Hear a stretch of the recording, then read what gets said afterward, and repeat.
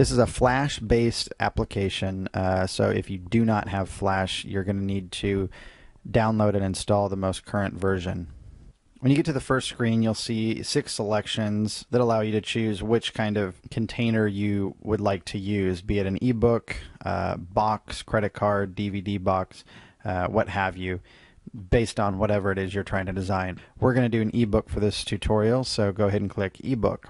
After you click on that, you're going to go to the second screen, which is the main design screen. Over here, you have a lot of your manipulation stuff for uploading images, texts, masking. Here you have your work area. This up here in the top right corner is going to be your preview area. As you make changes throughout, they'll be reflected right here. And image manipulation is going to be down here, such as flipping and rotating the images.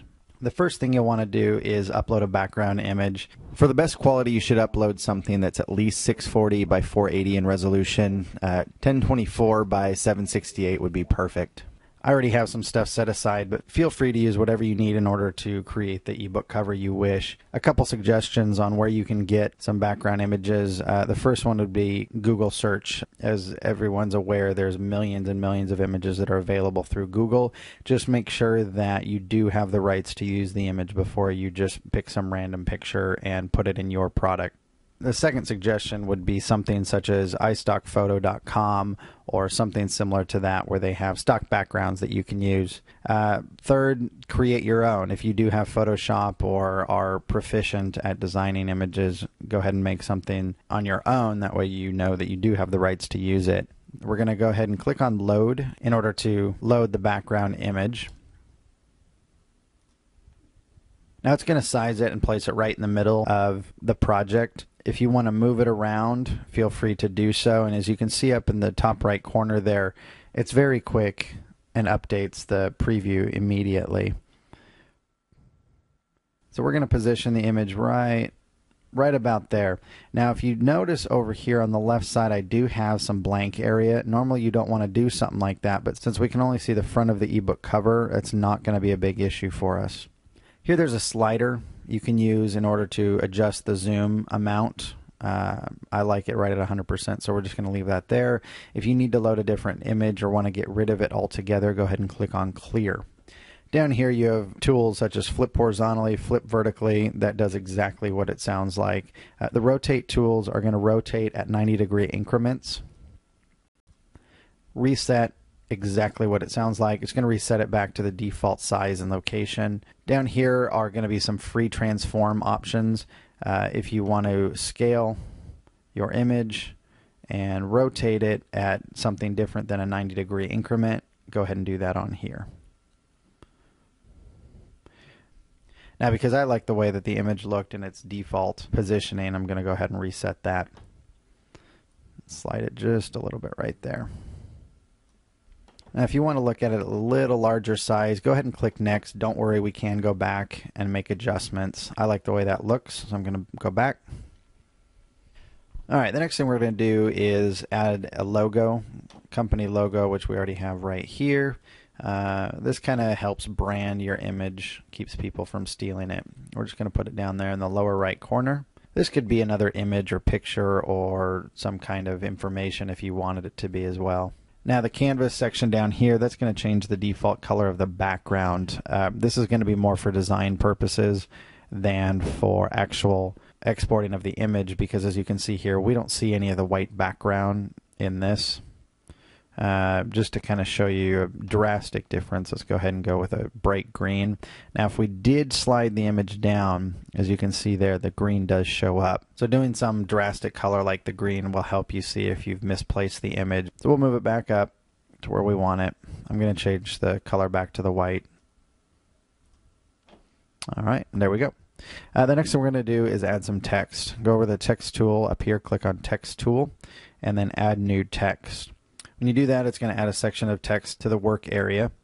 You're able to drag this freely to wherever you want. And again, you can see over on the right side, it updates pretty quickly. As with any text application, you have the ability to change fonts. It's really nice that they show you what your fonts look like. Whatever font you feel is appropriate. You can also change the size to whatever you want. Font color is going to be right here. Now, obviously, I'm not going to use any of this. This is just drastic examples so that you get the point of what you're able to do with the application. Underline, or outline, I'm sorry. You can bold, italic, and underline. So it pretty much has all the capabilities of any text application that you're used to working with. So I'm going to start over. I'm going to remove that. So again, click Add New Text. Text is going to show up here. I'm going to use the Adobe Garmin Pro, and we're going to set it at a size of 85. And we're going to move this right over here.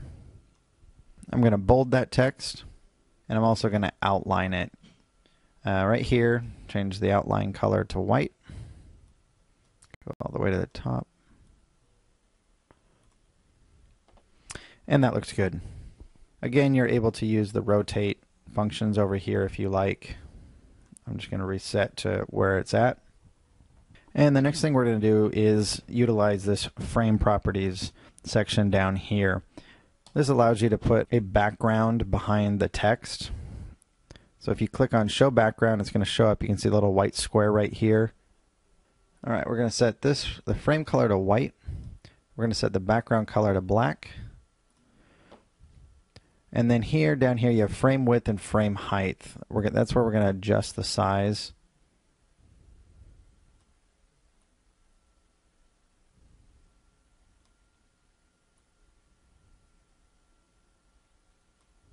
Right about there, looks good. All right, I'm going to make the font a little bit smaller. I'm going to set it down to 65. There we go. And shrink the height just a touch. There. Again, we can move over to see what it looks like. And I like the way that looks, so we'll go back. All right, one neat thing that they also allow you to do if you click on the color is change the opacity right here. And so I want to be able to see a little bit more of the background. So we're going to bring the opacity down to about 30%. Right there should be good. Save and close, see what that looks like. That looks excellent. I like that. Again, go to the next, and that looks amazing. One cool feature that they've implemented into this application is the ability to rotate this and look at it at different angles. So although this angle of the cover looks excellent, if you want something a little different, a little more drastic or a little less drastic, you're able to do that just by clicking on it and dragging it around. See that? It's awesome. So I can look at it a little bit of a different angle if I want. If you want to show the back, if you do have an ebook with information on the back, that's all you got to do. Again, we're not worried about the back, so ours doesn't look real pretty, but I'm just going to tilt it just right about there. I like that. You can also do that up in the section right up here. The last tab that I'll show you is the mask tab. What this allows you to do is put bars across your cover. As you can see here, there's some samples. You can go to more and look at a few different examples here. In order to use this, click Mask Enable, and then whatever color you want to use, feel free to choose it here. Let's go for a reddish color here. That'll be good. And we're gonna do, you could do a fade here. And then we'll go to next to look at a large. So it shows that gradiated mask over the top. We kind of created our own right there, so I'm not going to use it. But that gives you a few more options when designing your cover. So go ahead and turn that off. And then when you're all done and happy with how it looks, go ahead and click Next. Okay, so here we're again at the final page. Image background color is going to be one of our last options. This is what the background of the image will look like. You want to set this to whatever your website background is so that there's continuity between the image and the background of the website. The website I'm doing it for has a white background, so I'm going to go ahead and leave it that way. And then lastly here you have Show Reflection. That's kind of a neat option. You can see the reflection down below the image there. So this is the final chance to change the angles of the image. I like it just like that. So I'm going to turn reflection off. I don't need to have that. All right, once you have everything the way you want, go ahead and click download.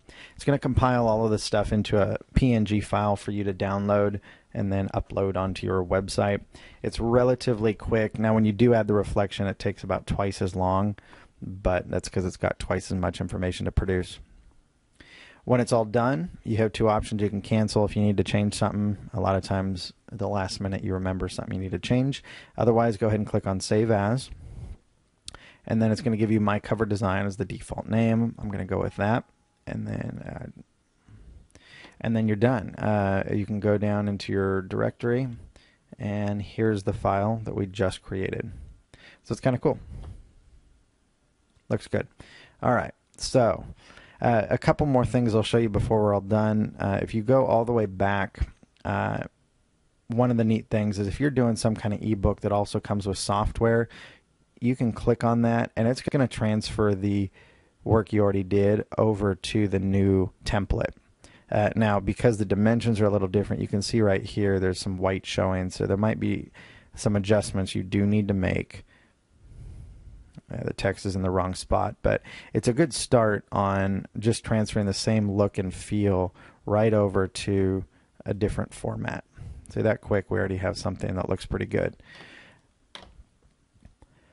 And the last thing I do want to show you, if you do use the DVD option, click on that, you're going to have an extra tab up here. As you can see over here, there's also a DVD disc. If you click on that to upload one more file, go over to the Images tab, and down here you're going to have DVD disc image.